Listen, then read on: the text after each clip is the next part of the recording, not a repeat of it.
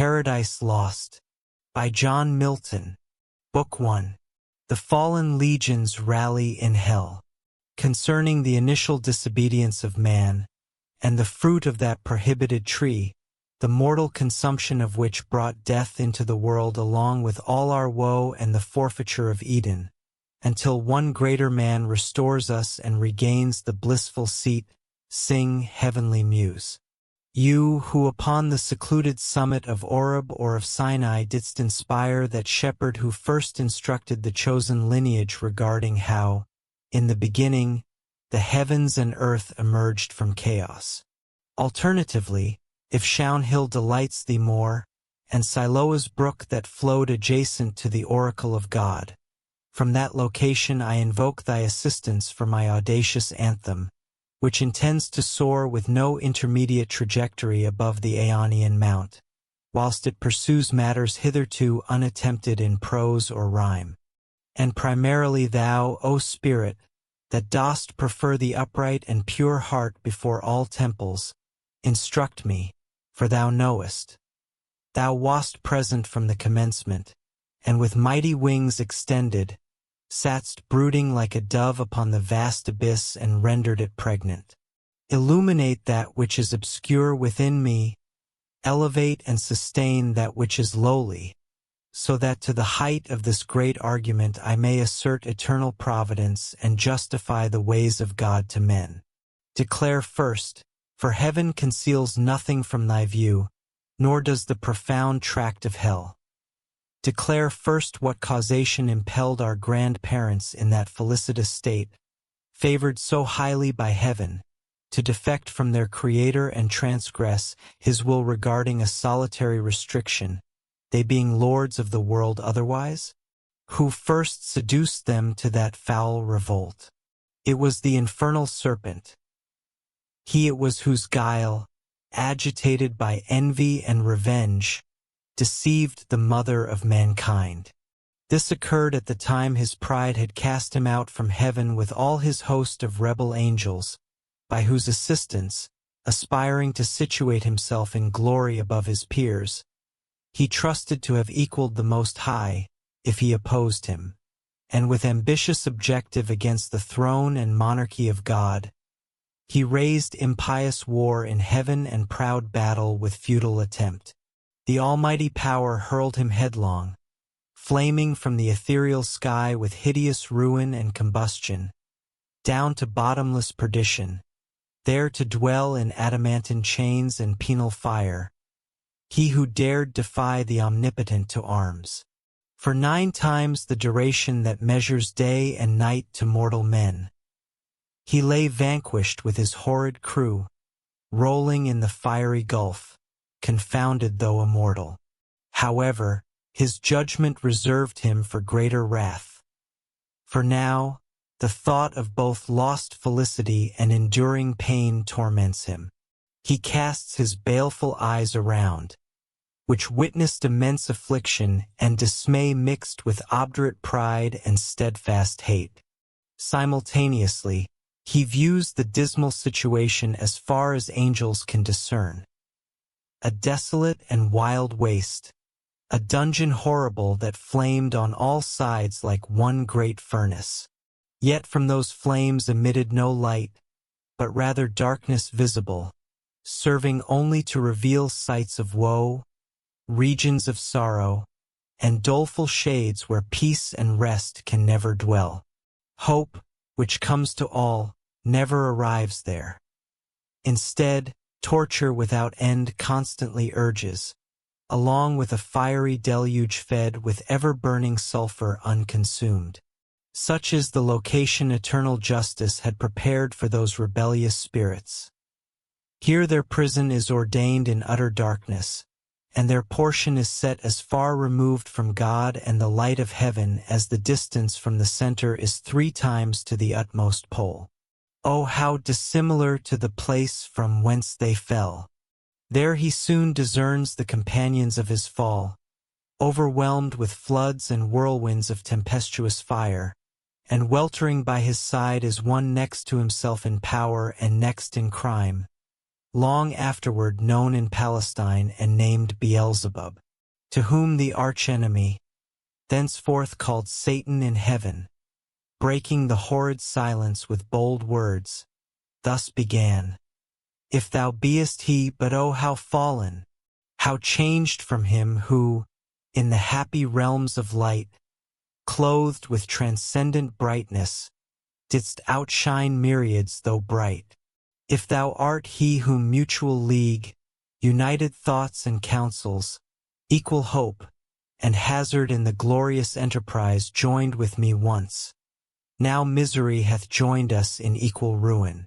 Into what pit thou sayest, from what height fallen, so much the stronger proved he with his thunder.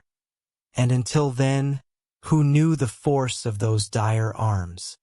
Yet neither for those, nor for what the potent victor in his rage can otherwise inflict, do I repent or change, though changed in outward luster, that fixed mind and high disdain born from a sense of injured merit.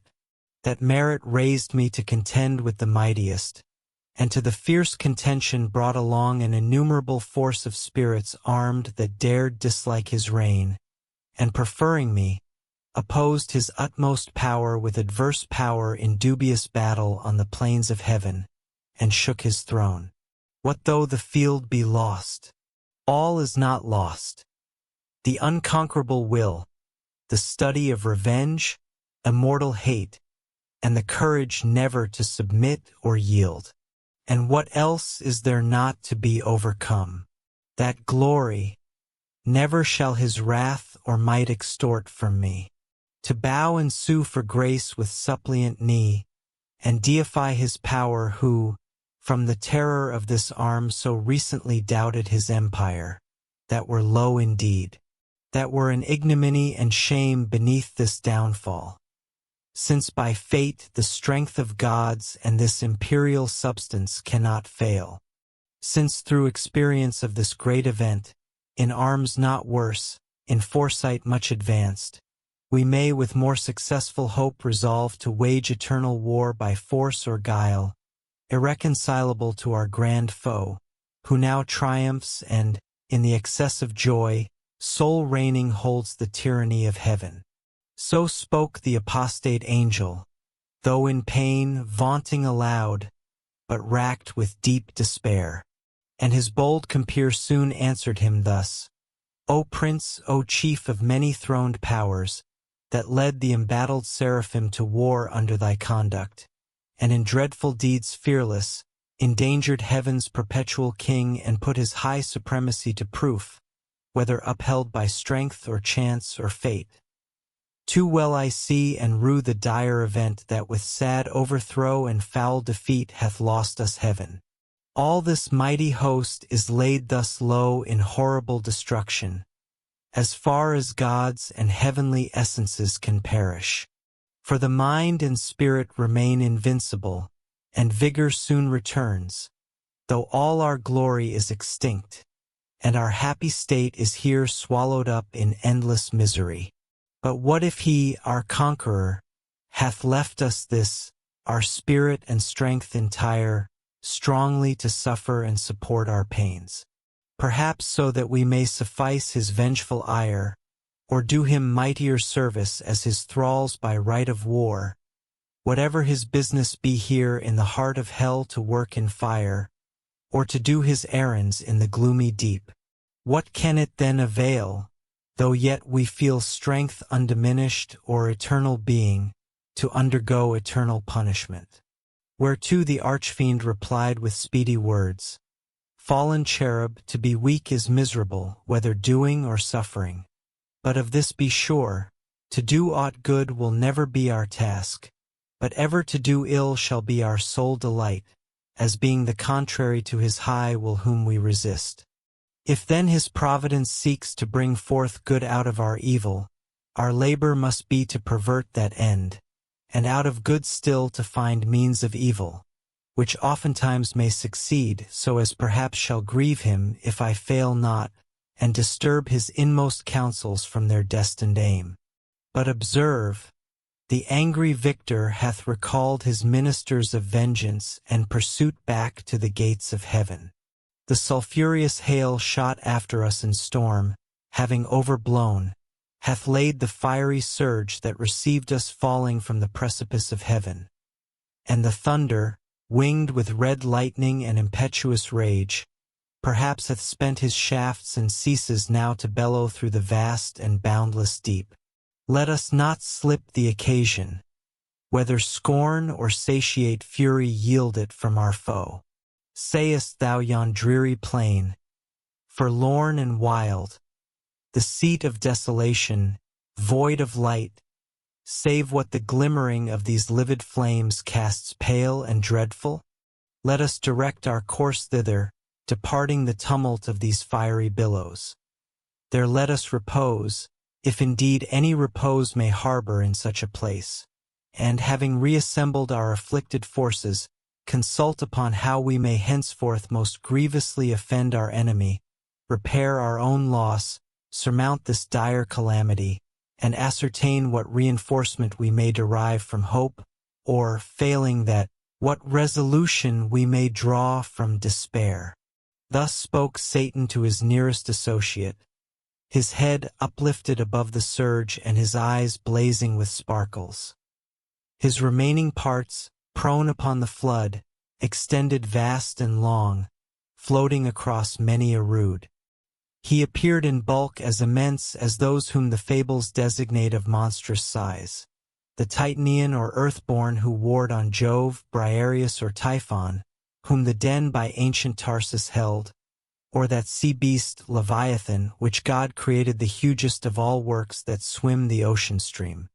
Him, perchance slumbering on the Norway foam, the pilot of some small, night-foundered skiff, deeming him an island, as seamen oft recount, moors by his side with fixed anchor in his scaly rind under the lee, while night invests the sea and the wished-for morn delays. Thus stretched out, huge in length, the arch-fiend lay chained upon the burning lake. Nor ever thence would he have risen or heaved his head, were it not that the will and high permission of all-ruling heaven left him at liberty to pursue his own dark designs. This occurred so that with reiterated crimes he might heap damnation upon himself while he sought evil for others, and, enraged, might perceive how all his malice served only to bring forth infinite goodness, grace, and mercy shown to man by him seduced, but upon himself treble confusion, wrath, and vengeance poured. Forthwith, he rears his mighty stature upright from off the pool. On each hand, the flames, driven backward, slope their pointing spires and, rolled in billows, leave a horrid veil in the midst. Then, with expanded wings, he steers his flight aloft, incumbent on the dusky air that felt the unusual weight, until he alights on dry land. If, indeed, it were land that ever burned with solid fire, as the lake did with liquid. Such it appeared in hue, as when the force of subterranean wind transports a hill torn from Pelorus, or the shattered side of thundering Etna, whose combustible and fueled entrails, thence conceiving fire and sublimed with mineral fury, aid the winds, leaving a singed bottom wholly involved with stench and smoke. Such resting place found the soul of unblessed feet.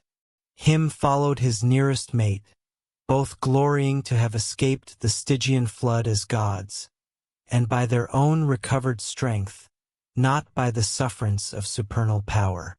Is this the region, this the soil, the clime, said then the lost archangel, this the seat that we must exchange for heaven, this mournful gloom for that celestial light? Be it so, since he who is now sovereign can dispose and bid what shall be right. Farthest from him is best, whom reason hath equaled, yet force hath made supreme above his equals. Farewell, happy fields where joy forever dwells. Hail horrors, hail infernal world, and thou, profoundest hell, receive thy new possessor. one who brings a mind not to be changed by place or time. The mind is its own place, and in itself can make a heaven of hell, a hell of heaven.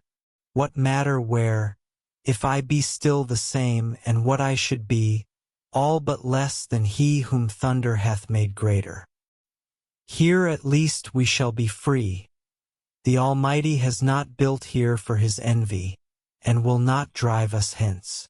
Here we may reign secure, and in my choice to reign is worth ambition, though in hell, better to reign in hell than serve in heaven. But wherefore let we then our faithful friends, the associates and copartners of our loss, lie thus astonished on the oblivious pool, and call them not to share with us their part in this unhappy mansion, or once more with rallied arms to try what may be yet regained in heaven, or what more lost in hell. So Satan spoke, and Beelzebub thus answered him. Leader of those bright armies, which none but the Omnipotent could have foiled, if once they hear that voice, their liveliest pledge of hope in fears and dangers, heard so oft in worst extremes and on the perilous edge of battle when it raged, in all assaults their surest signal, they will soon resume new courage and revive, though now they lie groveling and prostrate on yonder lake of fire, as we erewhile, astounded and amazed. No wonder, having fallen such a pernicious height. He had scarce ceased when the superior fiend was moving toward the shore.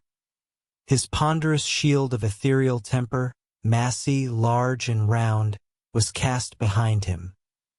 The broad circumference hung on his shoulders like the moon, whose orb through optic glass the Tuscan artist views at evening from the top of Fiesole, or in Valdarno, to descry new lands, rivers, or mountains in her spotty globe.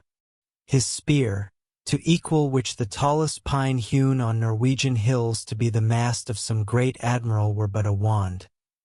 He walked with to support uneasy steps over the burning marl, not like those steps on heaven's azure, and the torrid climb smote on him sorely besides, vaulted with fire.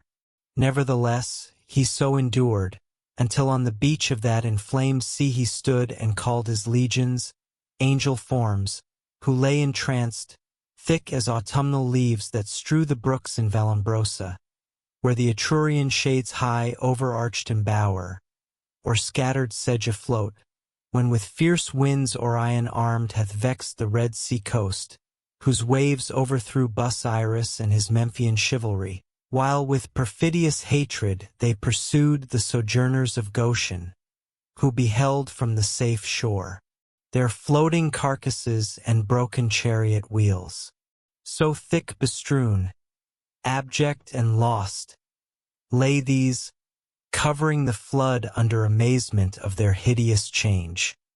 He called so loud that all the hollow deep of hell resounded. Princes, potentates, warriors, the flower of heaven, once yours, now lost.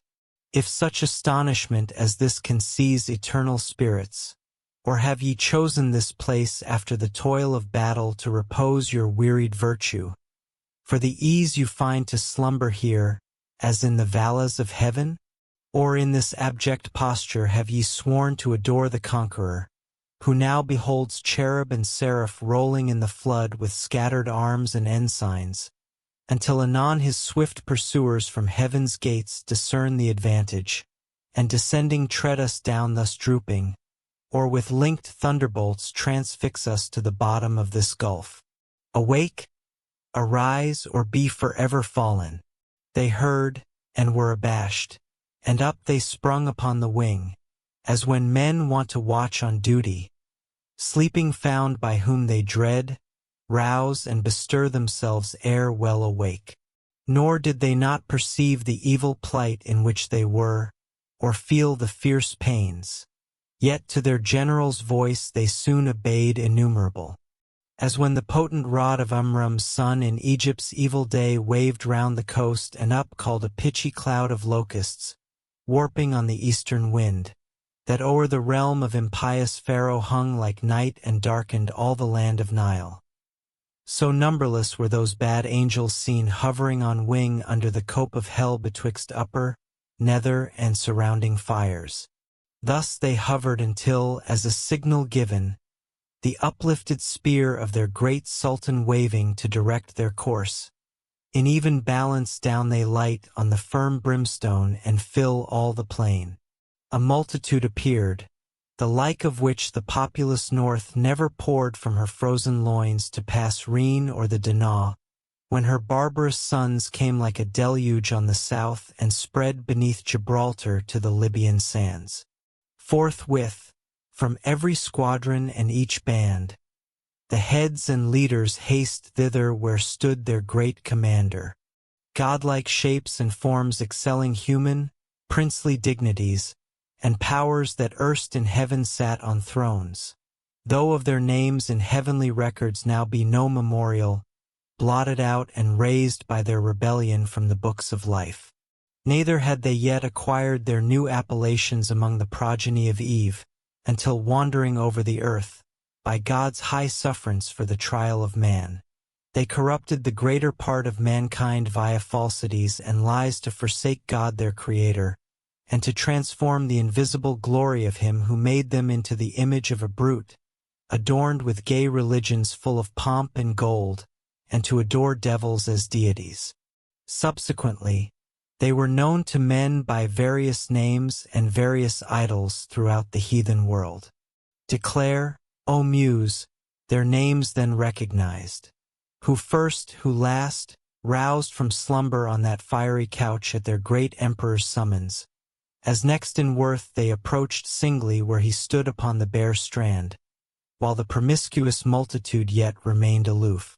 The principals were those who, roaming from the pit of hell to seek their prey on earth, dared to establish their seats long afterwards adjacent to the seat of God and their altars beside his altar. Adored as gods among the surrounding nations, they dared to abide Jehovah thundering out of Shaun, throned between the cherubim. Yea, often they placed their shrines, abominations, within his sanctuary itself, and with accursed things profaned his holy rites and solemn feasts, daring to affront his light with their darkness. First appeared Moloch, that horrid king besmeared with the blood of human sacrifice and parental tears. Though, due to the noise of loud drums and timbrels, the cries of their children passing through fire to his grim idol went unheard. Him the Ammonite worshipped in Rabbah and her watery plain, in Argob and in Bazan, unto the stream of utmost Arnon. Nor content with such audacious neighborhood, he led the wisest heart of Solomon by fraud to construct his temple directly opposite the temple of God on that opprobrious hill, and made his grove the pleasant valley of Hinnom, thence called Tophet and Black Gehenna, the very type of hell. Next came Chemos, the obscene dread of Moab's sons, from Aroer to Nebo, and the wild of southmost Abarim. In Hesbon and Horonaim, Sion's realm, beyond the flowery dale of Sibmah clad with vines, and Eliel to the asphaltic pool. Peor was his other name, when he enticed Israel in Sittim during their march from the Nile to perform wanton rites for him, which cost them woe. Yet thence he enlarged his lustful orgies even to that hill of scandal, by the grove of Moloch homicide, lust hard by hate, until good Josiah drove them thence to hell. With these arrived those who, from the bordering flood of old Euphrates to the brook that separates Egypt from Syrian ground, possessed the general names of Baalim and Ashtaroth, those male, these feminine. For spirits, when they please, can assume either sex or both. So soft and uncompounded is their pure essence, not tied or manacled with joint or limb, nor founded on the brittle strength of bones like cumbrous flesh. Rather, in whatever shape they choose, dilated or condensed, bright or obscure, they can execute their airy purposes and fulfill works of love or enmity. For those, the race of Israel often forsook their living strength and left his righteous altar unfrequented. bowing lowly down to bestial gods, for which their heads bowed as low in battle, sunk before the spear of despicable foes. With these in troop came Astoreth, whom the Phoenicians called Astarte, Queen of Heaven, with crescent horns, to whose bright image Sidonian virgins nightly paid their vows and songs by the moon. In Shaun also she was not unsung, where her temple stood on the offensive mountain, built by that uxorious king whose heart, though large, fell to foul idols beguiled by fair idolatresses. Tammuz came next behind, whose annual wound in Lebanon allured the Syrian damsels to lament his fate in amorous ditties all a summer's day, while smooth Adonis ran purple to the sea from his native rock, supposed with the blood of Tammuz yearly wounded. The love tale infected Shaun's daughters with like heat, whose wanton passions Ezekiel saw in the sacred porch, when led by the vision his eye surveyed the dark idolatries of alienated Judah. Next approached one who mourned in earnest when the captive ark maimed his brood image, head and hands lopped off in his own temple on the Grunsel edge, where he fell flat and shamed his worshippers. Dagon his name, sea monster, upward man and downward fish. Yet he had his high temple reared in Azotus, dreaded through the coast of Palestine, in Gath and Ascalon, and Acheron and Gaza's frontier bounds. Him followed Rimmon, whose delightful seat was fair Damascus, on the fertile banks of Abana and Pharpar, lucid streams. He also was bold against the house of God.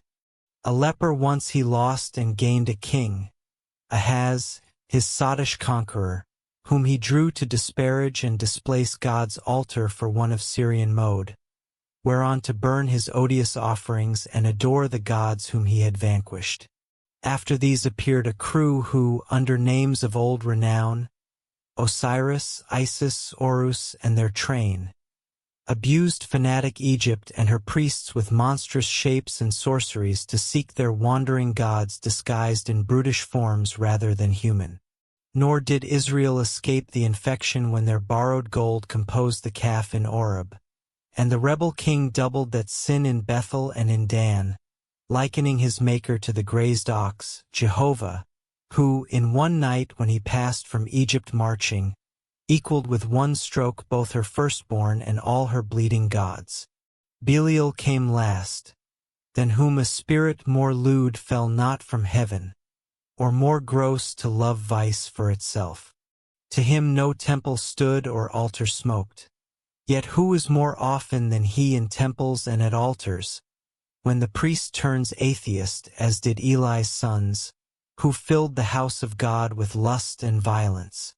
In courts and palaces he also reigns, and in luxurious cities, where the noise of riot ascends above their loftiest towers, and injury and outrage. And when night darkens the streets, then wander forth the sons of Belial, flown with insolence and wine. Witness the streets of Sodom, and that night in Gibeah, when hospitable doors yielded their matrons to prevent worse rape. These were the prime in order and in might.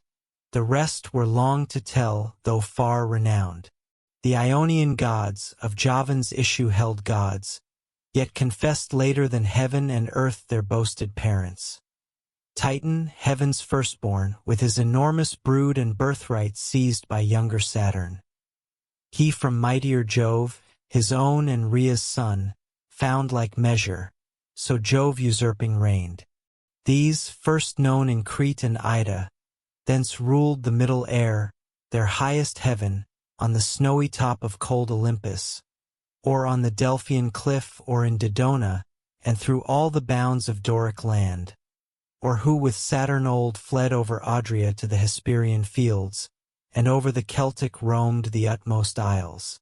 All these and more came flocking, but with looks downcast and damp, yet such wherein appeared obscurely some glimpse of joy to have found their chief not in despair, and to have found themselves not lost in loss itself, which on his countenance cast a like doubtful hue. But he, soon recollecting his wonted pride, with high words that bore semblance of worth, not substance, gently raised their fainted courage and dispelled their fear. Do you want access to this and all the complete audiobooks on the channel, plus the ebook version?